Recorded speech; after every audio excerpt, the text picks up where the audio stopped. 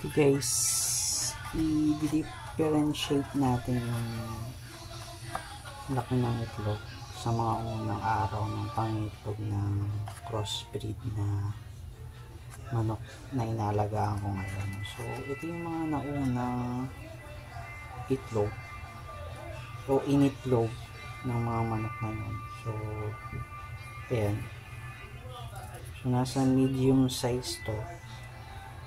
Ayan, mga siguro mga nasa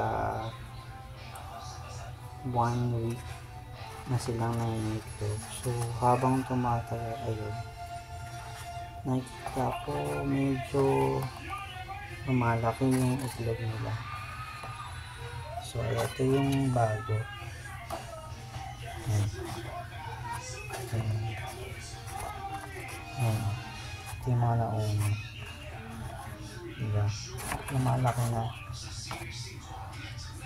Ayan. Saka yung kulay ng itlog nito guys is medyo pa-brown na siya. Ayan. Kasi dito. Ito pinkish yung kulay. Ito pa-brown na.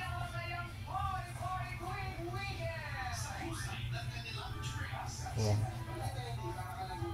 Isa sa mga gagawin kong project is makapag breed or gusto ko ng resulta ng brown egg, yung medyo ano lang, slightly na pagkakahawig sa kulay ng mga brown eggers. Sa ngayon malapit na. So marami pa tayong taon na gugugulin para ma-achieve yan. So stay tuned sa mga susunod kong mga videos para makita nyo yan. Or kung gusto nyo gayahin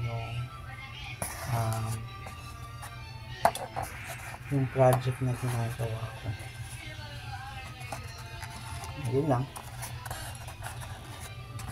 So may sa 5 manok, so 2 din nangitlog na consistent.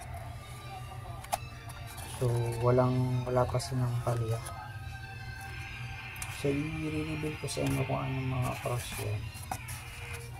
Pero yung isa sa mga cross nun is white leghorn talaga. Nag-iisang white leghorn ko. Mabigat siya.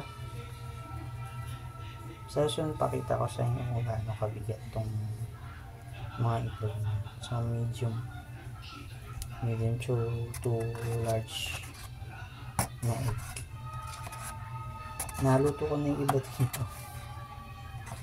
Kaya konti na lang napakita ko sa inyo. So yun lang.